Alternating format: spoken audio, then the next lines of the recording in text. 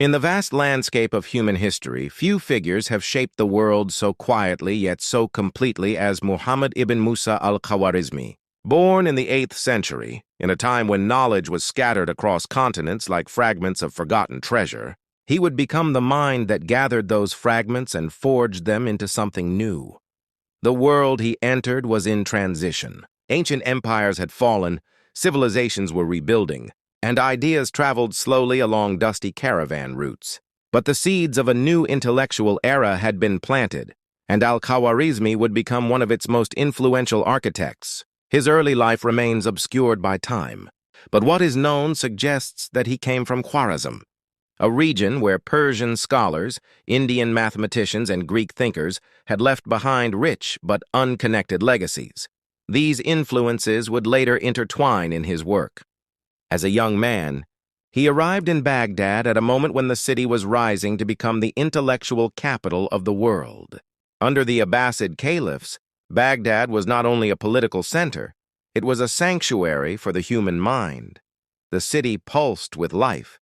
Poets recited verses near astronomers charting the heavens. Engineers designed irrigation systems, while physicians debated cures for illnesses. Everything breathed curiosity. At the heart of this flourishing world stood the legendary Beit al-Hikmah, the House of Wisdom. It was more than a library. It was a global laboratory of thought, where the greatest minds of the age worked together to translate, refine, and expand the knowledge inherited from past civilizations. When Al-Khwarizmi first stepped inside its halls, he entered a place where ideas were treated like precious metals, mined, examined, purified, and transformed. Shelves overflowed with manuscripts imported from India, Persia, Byzantium, and the remnants of Alexandria's ancient scholars. Greek geometry, Indian numerals, Persian astronomy, and Babylonian calculations all coexisted under the same roof. The House of Wisdom unified them, but Al-Khwarizmi would elevate them. He quickly distinguished himself not simply as a translator of old texts, but as a thinker searching for something deeper. He recognized that the knowledge of the world was brilliant but disorganized, a mosaic without structure. The Greeks excelled in geometry but struggled with arithmetic. The Indians created remarkable numerical systems but lacked universal rules. Persian astronomers had recorded observations for centuries, yet lacked a consistent mathematical framework. Al-Khwarizmi saw the opportunity to bind these traditions into a unified science. His journey began with numbers. At the time, most of the world still relied on cumbersome systems like Roman numerals, which made even basic calculations exhausting. But from India came a revolutionary idea, a set of digits and a symbol representing nothingness: zero. What seemed like emptiness to many became a revelation to Al-Khwarizmi. He immediately understood that zero was not merely a placeholder, it was the foundation of an entirely new mathematical universe. He wrote a groundbreaking text explaining how to use these numerals to calculate with speed and clarity. His explanations were so transformative that European scholars, centuries later, would derive the word algorithm from his name. Without intending it, he laid the groundwork for the digital world that governs modern life. Yet this was only the beginning. Al-Khwarizmi turned toward an even greater challenge, the problem of the unknown. For centuries, mathematicians had solved equations only through specific examples or geometric diagrams.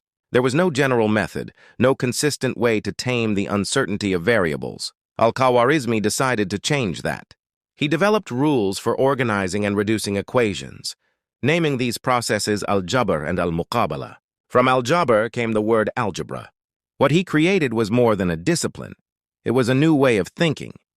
His algebraic methods allowed people to approach problems from inheritance laws to engineering calculations with logical precision. Through his work, the unknown became something manageable, something the human mind could command. The understanding that unknowns could be controlled through logic marked one of the greatest intellectual leaps in history. And yet this was only the first step in his extraordinary journey. As Al-Khwarizmi continued his work in the House of Wisdom, his reputation grew quietly but steadily. Scholars who crossed his path often remarked not on dramatic speeches or bold declarations, but on his calm intensity, the focus of a man who understood that the greatest revolutions begin with thought, not noise. He spent long hours studying inherited texts, yet he approached each one with a mind searching not for answers, but for structure. He believed that knowledge must be organized before it can be expanded, and nowhere was this belief more evident than in his most influential work, the creation of algebra. Before Al-Khwarizmi, mathematics was a collection of scattered methods. The Greeks relied on geometric constructions. The Indians used clever numerical tricks. The Persians and Babylonians offered practical rules for commerce and land measurement, but these methods were isolated worlds, each effective only within its narrow domain. There was no universal language that could describe all mathematical relationships. Al-Khwarizmi saw this gap clearly, and he moved to bridge it. He began by examining practical problems faced in daily life: inheritance divisions, property boundaries, trade agreements, architectural plans. These were more than theoretical puzzles. They were issues that touched family wealth, caravan routes, engineering stability, and social order. But solving them required handling unknown quantities. Until then, the unknown was treated like a mystery, approached with caution and improvised techniques. Al-Khwarizmi envisioned something different. He wanted a method that treated the unknown not as a threat, but as a component of logic. He introduced a new system built on two key operations: Algebra, the restoration of missing terms, and al-Muqabala, the balancing of both sides of an equation.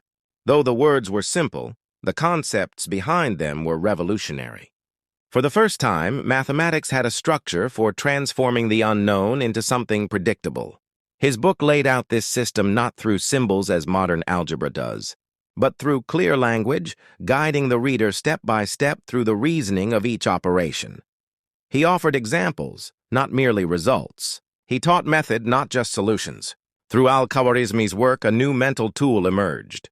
Problems once considered too complex became manageable. Equations that involved debts, inheritances, geometric partitions, or market exchanges could now be reduced systematically. Algebra was no longer a collection of tricks. It became a science of reasoning. His book would travel far beyond Baghdad. Translated into Latin in the 12th century and used in European universities for hundreds of years. It would shape the minds of mathematicians during the Renaissance and lay the conceptual foundation for everything from engineering to economics. Yet despite its enormous impact, Al-Khwarizmi's algebra was not abstract for abstraction's sake. It was designed to confront the practical needs of society. It strengthened the legal system by clarifying inheritance divisions. It aided architecture by helping builders calculate volumes and surfaces. It supported taxation, irrigation planning, navigation, and commerce. His work connected the world of thought to the world of action, turning mathematics into a living tool for civilization. But as he formalized algebra, Al-Khwarizmi also felt compelled to reach deeper into the mechanisms of the universe. Mathematics alone was not enough. To truly understand the world, humanity needed to know the movements of the heavens that governed time, seasons, and direction.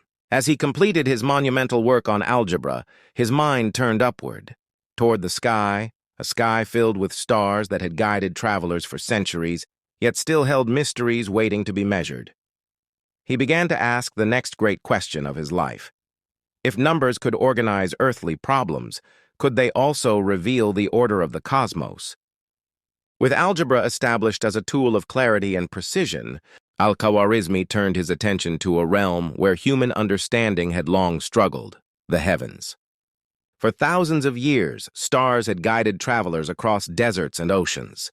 They marked the seasons, shaped calendars, and determined the rhythm of life itself. Yet the sky remained a puzzle that ancient civilizations could not completely solve. Their observations were often brilliant but inconsistent. Their methods sophisticated yet incomplete. Al-Khwarizmi believed mathematics could bring order where there had been only approximation. At the House of Wisdom, he found access to astronomical works from every corner of the known world. The Greeks had left behind Ptolemy's Almagest, a monumental but imperfect attempt to describe celestial motions. Indian scholars had charted the heavens with their own techniques, rich with numerical insight but lacking unified structure. Persian astronomers had recorded centuries of observations, yet their models needed refinement. Al-Khwarizmi saw in these traditions not contradictions, but opportunities to merge them into a single coherent system. He began by recalculating the positions of the sun, the moon, and the planets. Using the new arithmetic he helped refine and the methods he developed in algebra, he approached the sky with unprecedented precision. He constructed updated astronomical tables, ZI, that allowed scholars to determine the positions of celestial bodies on any given day. These tables were not theoretical musings. They were practical, usable tools. Sailors used them to navigate distant waters. Timekeepers used them to regulate prayer schedules. Farmers relied on them to plan harvests and planting seasons. Through Al-Khwarizmi's work, astronomy became a discipline grounded not in ancient myth, but in mathematical logic. His refinements extended beyond planetary movements. He recalculated the tilt of the Earth's axis, corrected earlier Greek errors in measurements of time, and improved methods for predicting lunar phases and eclipses. The accuracy of his tables was so remarkable that they remained in use for centuries, copied, studied, and expanded by astronomers from Spain to Central Asia. But the significance of his astronomical work reached even deeper. In understanding the heavens, Al-Khwarizmi contributed to the development of trigonometry, refining earlier methods for calculating angles, distances, and spherical relationships. The new tools he and his peers developed would later become essential to navigation, architecture, geography, and physics. They allowed observatories to rise across the Islamic world, in Baghdad, Damascus, Cordoba, and Samarkand, each one guided by the mathematical foundations he had laid.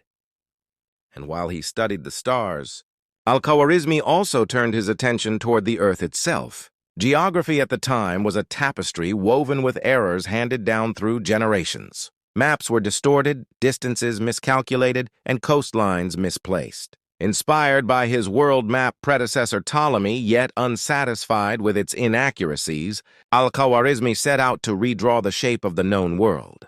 He measured regions using mathematical conversions, corrected latitudes and longitudes, and compiled reports from travelers, merchants, and astronomers.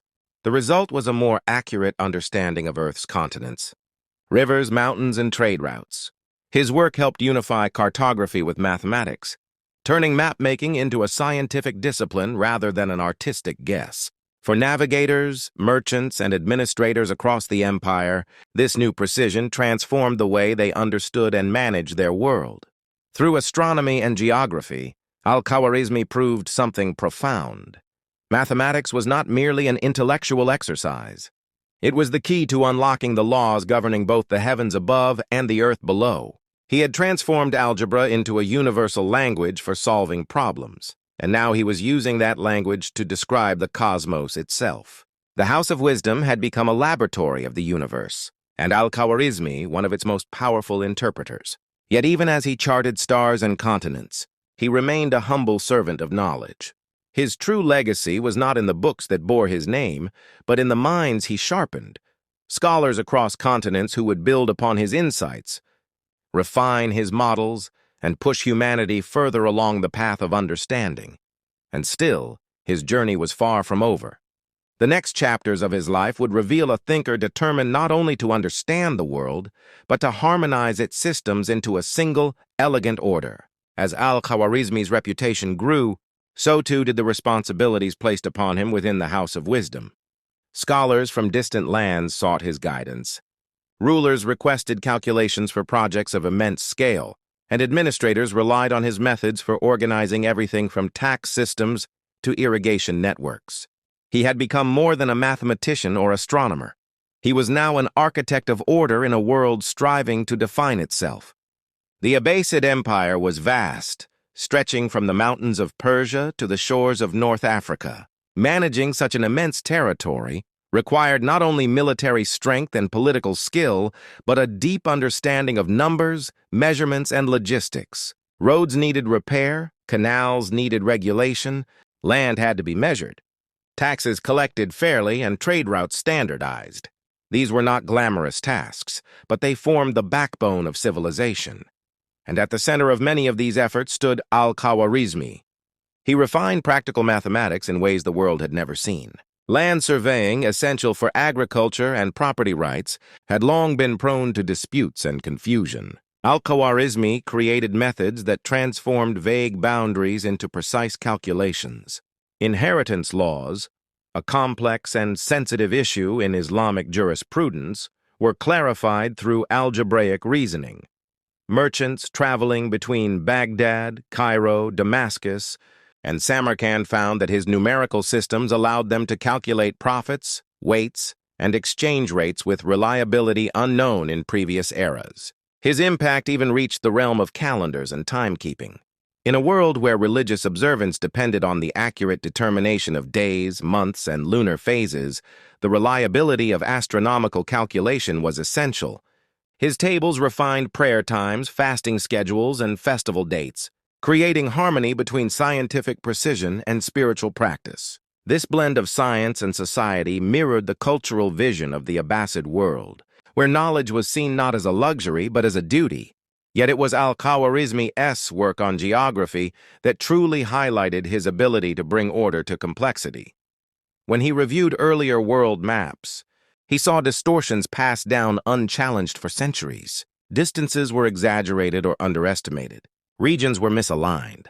Coastlines were drawn with artistic imagination rather than scientific rigor. He believed humanity deserved better, a map that truly reflected the shape of the Earth. Using astronomical data, travelers' reports, and improved mathematical conversions, he redefined latitude and longitude coordinates. His revised world map was not perfect by modern standards, but it was one of the most accurate representations of the planet in the medieval world. It became a reference point for explorers, administrators, and scholars across the Islamic Empire and beyond. Through each of these achievements, a pattern emerged in Al-Khwarizmi's way of thinking. He was not merely collecting knowledge, he was organizing it. He understood that human progress required systems, rules, and structures that could be passed from one generation to another. His works did not simply solve problems. They created frameworks for solving countless future problems, many of which he could never have imagined. His approach inspired other scholars to think systematically as well. Mathematicians refined his algebra. Astronomers built observatories based on methods derived from his tables. Geographers expanded his maps with new discoveries. Administrators used his calculations to improve life across the empire. The ripple effect of his ideas extended far beyond the Abbasid world, eventually reaching Europe, where translations of his books helped ignite transformations that would shape the Renaissance. Even as his influence spread, Al-Khwarizmi remained grounded. His writings carried a tone of clarity and humility, never boasting of brilliance, always focusing on usefulness. He saw knowledge as a trust, something to be safeguarded and expanded, not claimed for personal glory. In this attitude, he reflected the spirit of the House of Wisdom itself, a place devoted to the pursuit of truth for the benefit of humanity. But the world around him was changing. The empire he served was entering a period of political tension, rivalries, and shifting priorities. And as the House of Wisdom reached the height of its intellectual power, forces beyond its walls began to stir. Forces that would shape the final chapters of Al-Khwarizmi's life and the fate of the knowledge he had helped create. As the Abbasid Empire entered a more turbulent era, the House of Wisdom continued to shine as a sanctuary for the intellect. Yet even the brightest lights cast shadows, and the political world beyond its walls grew increasingly complex. Rivalries formed within the court. Regional power sought more autonomy. Administrators struggled to maintain balance across distant provinces. Though Al-Khwarizmi was not a politician, he lived in a world where knowledge and power were intertwined, and the stability of the empire shaped the opportunities available to scholars like him. Despite the shifting landscape, Al-Khwarizmi remained deeply committed to his work. He saw knowledge not as a luxury for peaceful times, but as a necessity for humanity's survival. In moments when others saw only uncertainty, he saw the need for stronger systems, clearer methods, and new ways to think. His sense of duty did not waver. With each passing year, he grew more convinced that the way to strengthen society was through reason, order, and understanding. It was during this period that he produced some of his most influential work in practical mathematics. He created detailed manuals for calculating land taxes and agricultural yields, efforts that helped farmers, governors, and treasurers manage resources more effectively.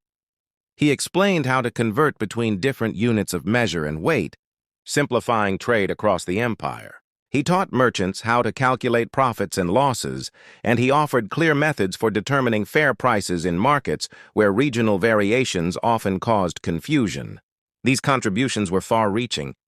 They strengthened the economy, reduced disputes, and fostered trust in commerce. But perhaps the most profound aspect of his influence was the way he trained others to think. Young scholars who entered the House of Wisdom were drawn to his clarity of expression. His explanations felt as though they had been carved from stone, solid, structured, and timeless. Students from regions as far as Persia, Syria, Egypt, and North Africa came to learn not only from his texts, but from his approach to knowledge itself. For many of them, Al-Khwarizmi's emphasis on logic over tradition marked the turning point in their intellectual formation. In these years, he collaborated with astronomers, physicians, philosophers, and engineers. Together, they refined methods for determining the Qibla, the direction of prayer, using trigonometric calculations. They designed more accurate sundials and water clocks. They studied the effects of latitude on daylight hours and produced charts that clarified seasonal shifts. Each project revealed the same truth. Mathematics was not separate from the real world. It was the language through which the real world became understandable. While he continued producing works that shaped practical life, Al-Khwarizmi also maintained his fascination with deeper scientific questions. He revisited geometry to refine its logical foundation. He studied the mechanics of motion, inheriting insights from Greek philosophers while searching for more coherent explanations. He examined optical theories and the behavior of light, recognizing that the human eye was a gateway to understanding the physical universe. In every field he touched, he brought with him the same quiet discipline that had defined his earlier work. As his influence expanded, so did the respect he commanded within the intellectual community. The caliphs themselves valued his contributions, for they understood that scholars like Al-Khwarizmi were not merely building knowledge, they were building the foundations of a stable and prosperous society. But in the midst of this admiration, Al-Khwarizmi remained humble.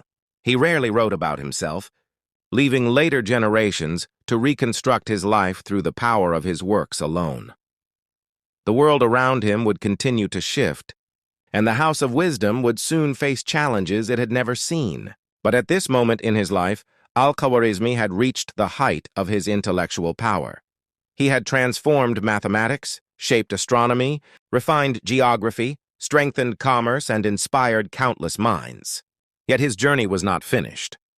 The final chapters of his life would reveal a thinker, whose influence stretched beyond his own age, a scholar, whose legacy would endure long after the empire that nurtured him began to fade. The House of Wisdom stood as a beacon of the Abbasid Golden Age, but even the brightest eras carry within them the seeds of decline. While scholars like Al-Khwarizmi continued their tireless pursuit of knowledge, the political landscape around them began to fracture. Rival factions within the ruling elite vied for influence. Regional governors asserted more independence, and social unrest flickered in distant provinces. Yet inside the House of Wisdom, the pursuit of truth remained undisturbed for a time. But Al-Khwarizmi was not oblivious to the world beyond the scholarly halls. He could feel the tremors beneath the surface. Brief moments when a shipment of manuscripts arrived late due to unrest on the trade routes, or when a scholar failed to return from a journey to a distant library. There were murmurs that the caliphs were becoming less focused on scholarly investment, consumed instead by political rivalries and financial pressures. Still, Al-Khwarizmi persisted. For him, the world only made sense when understood through structure and reason, and he would not allow chaos to dictate the course of his work. During this turbulent period, he produced a series of works that reflected his desire to preserve knowledge for future generations. He compiled and refined methods that blended mathematics with astronomy, creating tables and instructions that even novice scholars could use. These writings were crafted with astonishing clarity, bridging the gap between advanced theory and practical utility. He understood that knowledge must survive political shifts, and he wrote for a world that might not share the stability he had once known. His ability to unify disparate ideas became especially important. As the empire's political structure loosened, the intellectual world relied more heavily on the House of Wisdom to maintain consistency. Treatises from Egypt, Persia, Byzantium, and India arrived with contradictions and variations. Al-Khwarizmi often found himself reconciling these differences, smoothing the tensions between competing methods, and creating unified systems that transcended regional biases. In doing so, he strengthened the foundation of global scholarship, ensuring that future generations would inherit not fragments, but a coherent body of knowledge. His work also began to reflect a growing awareness that time was precious. He spoke of the dangers of intellectual complacency, warning students that the world's light of understanding must be tended like a flame. He emphasized that the sciences were interconnected, and that progress in one field depended on advances in the others. He taught them that mathematics was not merely the study of numbers, but the architecture of reasoning itself, a discipline that gave form to thought. And so, Al-Khwarizmi turned his attention once again to the natural world, studying how light traveled, how shadows shifted with the seasons, and how angles could determine both direction and structure. His work enriched the fields that would later blossom into optical science, trigonometry, and engineering. Even his simplest observations carried profound implications. A single equation could refine the design of a sundial. A geometric insight could improve irrigation systems that fed entire cities. He never saw mathematics as distant or abstract. To him, it was a living language woven into the fabric of daily life. But even as he expanded the frontiers of knowledge, the empire around him showed signs of strain. The complexity of governing vast territories, combined with the ambitions of rival families and the rising pressure from external forces, began to erode the stability the House of Wisdom had once enjoyed. Scholars whispered of potential budget cuts. Libraries started to guard their manuscripts more carefully. Some feared that the intellectual Golden Age might dim sooner than expected. Al-Khwarizmi, though aware of these shifts, remained resolute. His purpose had always extended beyond the politics of the moment. He believed that humanity's pursuit of understanding was greater than any empire. The structures he built, the foundations of algebra, the precision of astronomical tables, the clarity of geographical mapping were meant to outlast the walls of the House of Wisdom itself. And in the quiet of his study, surrounded by manuscripts from every corner of the known world, he continued to write, teach, and refine. His legacy was no longer tied to the fortunes of a single empire. It was now a gift for every civilization that valued reason. That gift, however, would soon be tested by the greatest upheaval the Islamic Golden Age had ever faced. Despite the growing tension around the empire, the House of Wisdom remained a sanctuary of brilliance. Scholars still gathered in its vast halls, their voices rising in debate over astronomy, geometry, medicine, and philosophy. Yet beneath the sound of intellectual exchange, there was a quiet unease. The Golden Age that had nurtured minds like Al-Khwarizmi's was beginning to show unmistakable cracks. Baghdad, once the jewel of the world, had become a city caught between past glory and uncertain future. Political rivalries hardened into open conflicts. Influential families within the court fought for control of the caliphate's direction. Provinces grew distant, both politically and culturally, as regional leaders sought independence. Trade routes, once thriving with merchants and scholars, now carried whispers of instability. And although the House of Wisdom's doors remained open, its scholars felt the weight of a world shifting around them. Al-Khwarizmi worked steadily despite these changes, his focus as sharp as ever. He believed knowledge had to endure even when empires faltered. Many mornings he arrived before sunrise, walking through the quiet corridors of the House of Wisdom as torchlight flickered against the marble walls. He often paused at shelves lined with manuscripts from Alexandria, Byzantium, Persia, and India, works that earlier generations had fought to preserve. To him, these texts were a reminder that civilizations rise and fall, but knowledge survives through the efforts of those who protect it. During this period, he concentrated on refining the clarity of his earlier works, ensuring they would remain accessible for future generations. He revisited his algebraic treatises, re-examined his astronomical findings, and strengthened the logical arguments in his geometric and trigonometric studies. Though he did not know it at the time, these revisions would play a crucial role in the transmission of scientific knowledge long after the political world around him changed beyond recognition. As the empire struggled, scholars turned more frequently to Al-Khwarizmi for stability. Younger mathematicians, astronomers, and geographers sought his guidance not only for technical insight, but for perspective. He taught them that intellectual discipline was the strongest defense against chaos. He encouraged them to question assumptions, to seek clarity in every argument, and to trust in logic over rumor. He reminded them that the pursuit of truth was an act of resilience, not luxury. But danger crept closer. Reports arrived of unrest in far-off provinces. Diplomatic missions returned with unsettling news. Even the supply of manuscripts slowed, as the security of trade routes became uncertain. The caliphs, who once championed scholars, found themselves consumed by political struggles. Budgets for scientific projects tightened, and the House of Wisdom began to feel the strain. Still, Al-Khwarizmi refused to succumb to pessimism. In private moments, he acknowledged the fragility of the age, but he also believed that the intellectual foundations laid during this golden period would withstand the coming storms. He told his students that the value of knowledge did not depend on the rise or fall of empires, but on its ability to illuminate, guide, and transform human understanding. He continued mentoring with renewed urgency. He would sit with young scholars for hours, reviewing their calculations, challenging their assumptions, and pushing them toward deeper clarity. His presence became a stabilizing force, a reminder that even in troubled times, the human mind could still reach toward truth. But whispers of impending upheaval grew louder. Baghdad's political center weakened. Foreign powers watched from beyond the horizon. The world that had nurtured Al-Khwarizmi's genius was inching toward a new chapter, one that would test the resilience of everything the House of Wisdom had built. Al-Khwarizmi sensed that the moment of reckoning was near, and as the shadows over Baghdad lengthened, he remained firm in his purpose. For he understood that the true measure of a scholar is not how he thrives in peace, but how he leaves behind knowledge strong enough to survive the storms of history.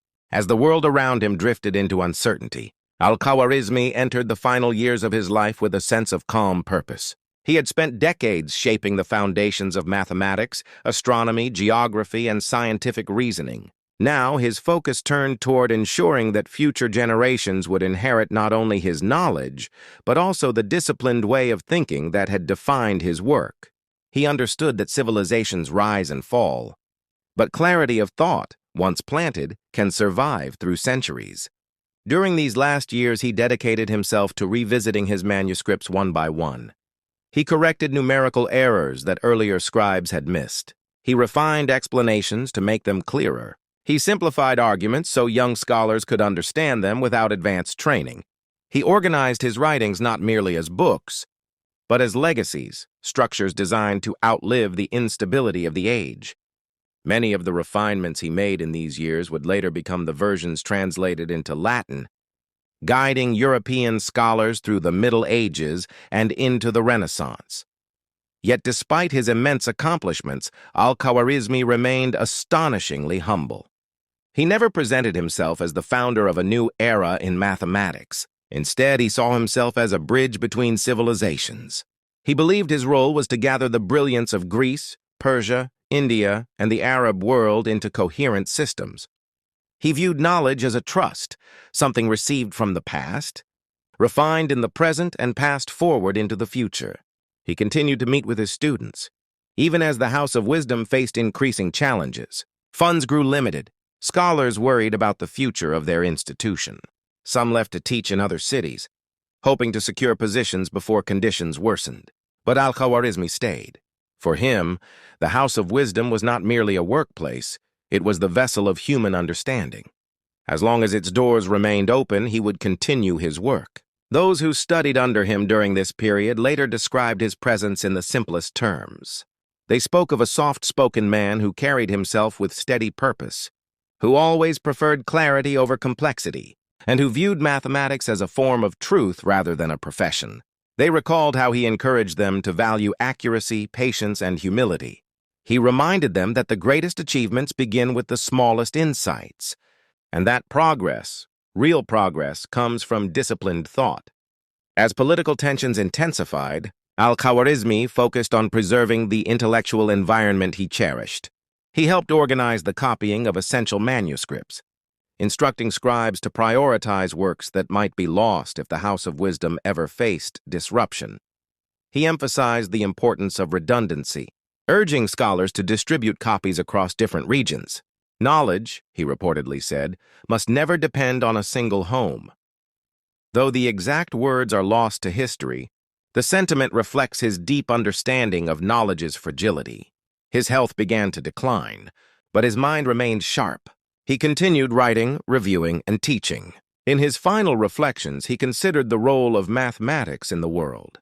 He believed that numbers were not mere symbols, but expressions of universal laws. He argued that logic was a form of protection against ignorance, and he maintained that the study of the unknown, the heart of algebra, reflected the human spirit's willingness to confront uncertainty with reason. In the last season of his life, Al-Khwarizmi walked through the halls of the House of Wisdom with slower steps.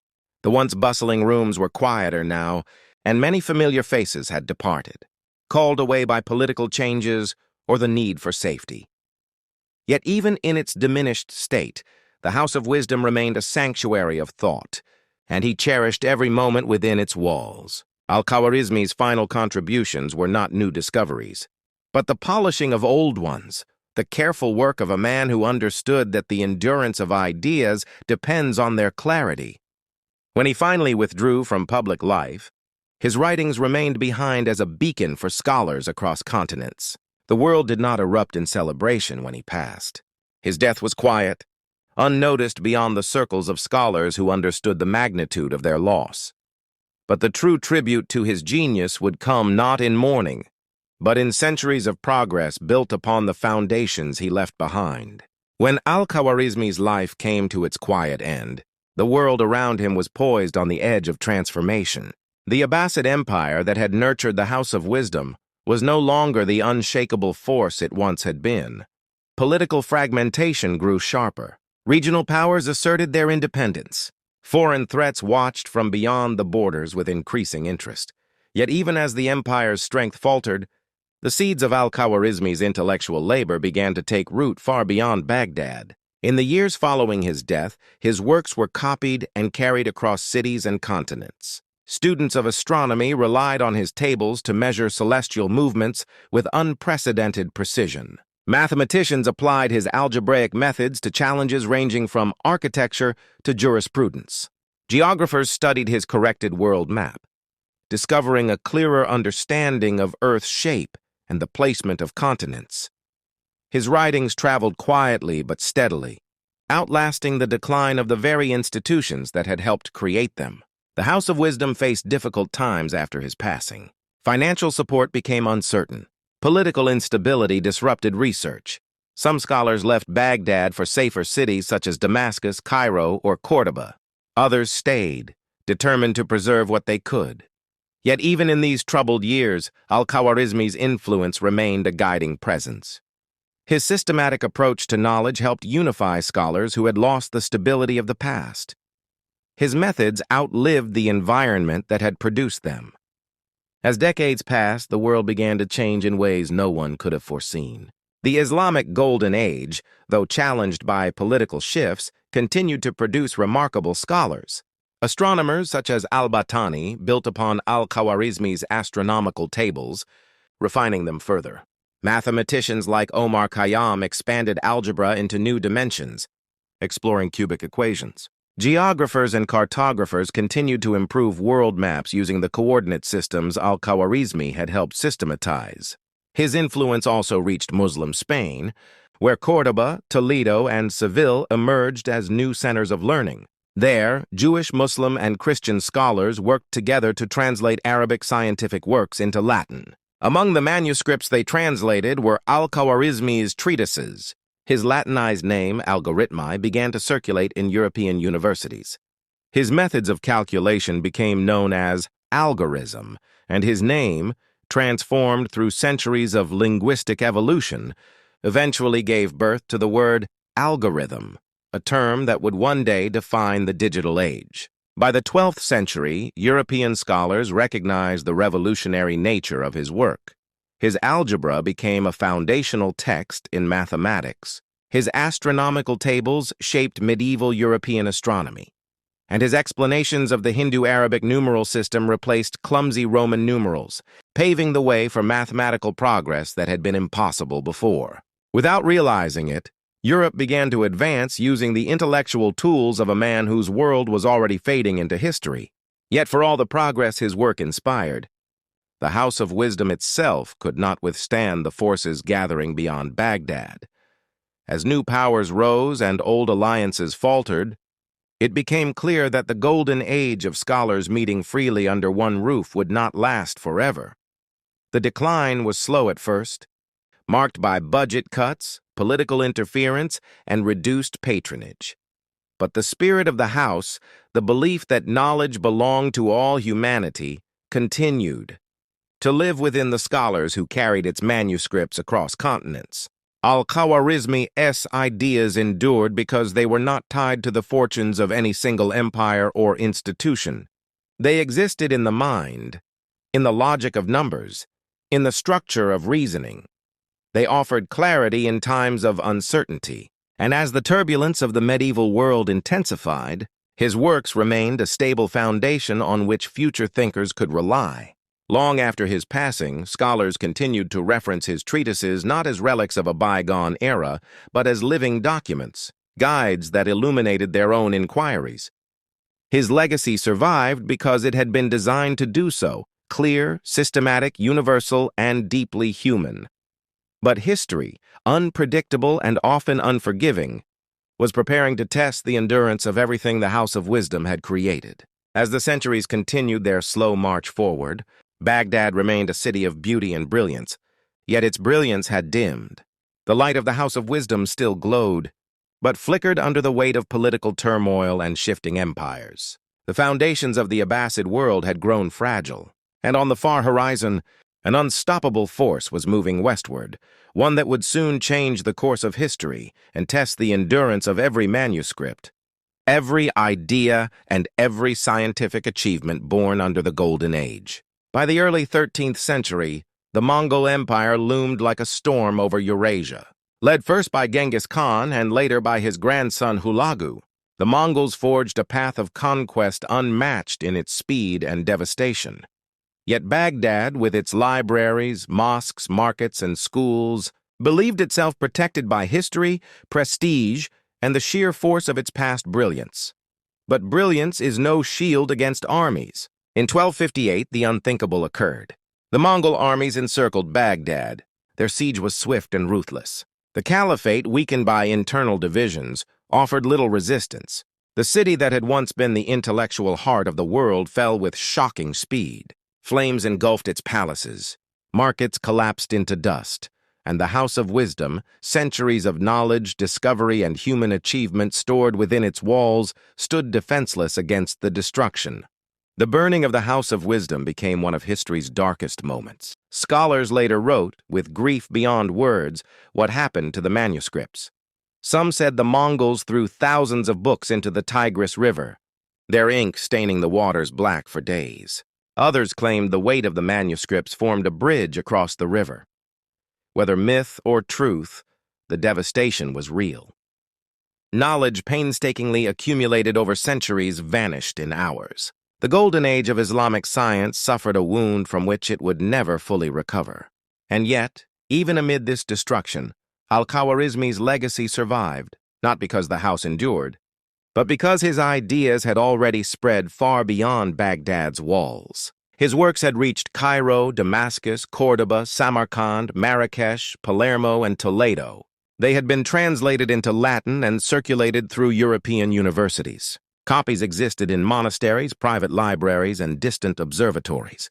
The Mongols could burn Baghdad, but they could not extinguish the knowledge that had taken root in countless minds and manuscripts across continents. The fall of the House of Wisdom marked the end of an era, but not the end of the intellectual movement it inspired. Scholars from the Islamic world, Europe, Persia, and Central Asia rebuilt piece by piece, drawing from the fragments that survived. In Spain, the legacy of Arabic scholarship continued to thrive. In Persia and Anatolia, new centers of learning emerged. And in Europe, thinkers like Fibonacci, Roger Bacon, and later Galileo built upon foundations laid by Al-Khwarizmi and his peers. In many ways, the destruction of Baghdad revealed the true strength of his work. Great ideas survive not because buildings protect them, but because they are embedded in the structure of human reasoning. Al-Khwarizmi had created systems, methods, and frameworks that could not be burned or erased. Algebra, algorithms, astronomical precision, and geographical rationality lived on because they were too valuable to lose. In the centuries following the fall, the Islamic world would change, fragment, and evolve. Empires would rise and fall. New powers would emerge. But quietly, persistently, the knowledge seeded during the Golden Age continued to influence science, mathematics, navigation, architecture, and technology. And at the root of that influence sat the work of a man whose humility matched his brilliance. Al-Khwarizmi did not live to see the fall of Baghdad. But had he known what was coming, he would have taken comfort in one truth. Ideas founded on logic, clarity, and universal principles cannot be destroyed by fire or steel. They survive in the minds of those who understand them. They endure in the progress of civilizations that inherit them. The storm had come and gone, leaving behind ashes. Yet from those ashes, the legacy of a quiet scholar continued to rise. In the years after Baghdad's fall, the world changed in unexpected ways. While the Mongol conquest shattered cities and ended dynasties, it also reconnected continents, opening vast routes of travel and exchange. The Silk Road flowed once more with caravans, scholars, merchants, and translators. And along those routes, Al-Khwarizmi's ideas traveled farther than ever before. In Persia, scholars gathered what they could from earlier manuscripts. Many had memorized entire sections of mathematical texts, preserving knowledge through memory alone. They reconstructed algebraic methods line by line, guided by the clarity of Al-Khwarizmi's logic. In Samarkand, observatories rose again, inspired by the astronomical precision he had championed. The seeds he planted in the East continued to grow, watered by the dedication of generations who refused to let knowledge die. To the west, in Spain, Al-Andalus flourished as a beacon of scholarship. Córdoba, Granada, and Toledo became sanctuaries for the intellectual treasures of the Muslim world. For centuries, Christian, Muslim, and Jewish scholars had worked side by side there, translating Arabic works into Latin. Among the most eagerly copied texts were Al-Khwarizmi's treatises. His algebra became the backbone of European mathematics. His astronomical tables shaped the work of navigators. His geographical structure helped mapmakers sketch the outlines of a world still unexplored. In the great libraries of Europe, Paris, Oxford, Bologna, Padua, Latin translations of his works appeared on lecterns and classroom tables. Students learned to solve equations the way he taught. Scholars used his methods to compute planetary positions with astonishing speed. Architects turned to his geometric reasoning. And as Europe marched toward the Renaissance, the groundwork laid by Al-Khwarizmi and his fellow scholars formed a silent scaffold beneath the era's great achievements. His influence extended even further. Centuries later, during the Enlightenment, when thinkers such as Descartes and Newton reshaped science, they built on the algebraic structures rooted in Al-Khwarizmi's methodology.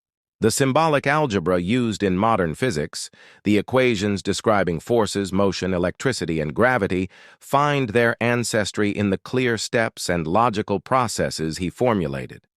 But Al-Khwarizmi's legacy did not stop at mathematics and science. When the modern age emerged, and humans began constructing machines capable of performing calculations at incredible speed, engineers found that the key to programming them lay in the concept of a step-by-step procedure, an algorithm, a word born from his name. Computers, the most transformative invention of the modern world, owed their inner logic to principles he first wrote down over 1,000 years earlier. Across the globe, in quiet classrooms and bustling universities, students still learn his methods. The algebra taught to children, the coordinate geometry drawn on whiteboards, the algorithm-based systems running every smartphone and satellite, all trace their intellectual lineage back to him. Even the act of searching online relies on algorithms rooted in the same structured logic he pioneered. Though the House of Wisdom fell, the wisdom itself did not. It lived on in the world's libraries, in handwritten notes passed between scholars, in translations whispered from master to student, and eventually in circuits made of silicon. That persistence is a testament not only to the brilliance of his ideas, but to the resilience of human knowledge. It moves, it adapts, and it survives. Al-Khwarizmi's journey, from a young scholar studying under the Abbasid sun to a global icon of mathematics, reveals a powerful truth. Knowledge is the only legacy that grows stronger with time. Empires crumble, monuments decay, but ideas that elevate humanity endure. His work traveled through deserts, across seas, through wars, through flames, and into the heart of the digital revolution. And so, centuries after he wrote his first equations in Baghdad, the world continues to live by the logic he discovered, the clarity he taught, and the understanding he revealed, that even the unknown can be measured, reasoned, and solved. As the centuries passed, empires rose and fell, rulers came and went, and the world reshaped itself again and again. But Al-Khwarizmi's influence only grew stronger. His books traveled farther than any army. His ideas slipped into classrooms, observatories, monasteries, universities, and eventually into the very foundations of the modern world. Even in the final stretch of his life, he continued writing, teaching, and refining knowledge. Some of his works have survived. Others vanished into the silence of history, lost in fires, wars, or hidden in forgotten libraries. But the fragments we still have reveal the magnitude of his brilliance. He wrote about the Jewish calendar with meticulous precision, proving his mastery over comparative astronomy. He expanded the science of the astrolabe so sailors, travelers, and scholars could navigate both sea and sky. His treatises on sundials aimed to standardize timekeeping across the empire, centuries before global time zones existed. He composed astronomical tables, the famous Zijay, that guided observatories for generations. He revised world geography with distances and coordinates unmatched in accuracy until the Renaissance. And many historians believe he produced a full treatise on the Hindu numeral system, a work now lost, but powerful enough that its echo changed how the world writes numbers forever. These were not minor works. They were pieces of a universal blueprint, tools designed so that humanity could measure, calculate, navigate, and understand its place in the world. Through them, Al-Khwarizmi left behind more than data. He left behind a method, a mindset, and a legacy of disciplined curiosity. His contributions moved silently through the centuries. When Europe awoke into the age of universities, his algebra was already there. When astronomers built their early observatories, his tables guided their telescopes. When merchants calculated interest, taxes, or trade routes, they did so using the digits he helped spread. When engineers designed machines that would one day lead to computers, his algorithms were embedded in the logic that made them possible. Even the word algorithm, spoken every day in the digital age, is simply his name carried through time. Al-Khwarizmi proved that knowledge is not owned by any age or empire. It is carried by those who seek truth, refine it, and pass it forward. His life's work outlived every power that once supported him. His ideas outlasted the walls of Baghdad, the palace of the caliphs, and even the House of Wisdom itself. And today, as the world runs on mathematics, coding, navigation systems, and global science, his fingerprints are everywhere. Whether people know his name or not, they live in a world shaped by his mind. This is the legacy of Al-Khwarizmi, a man whose ideas never died. A scholar whose influence reaches into every pocket, every screen, every calculation of the modern world.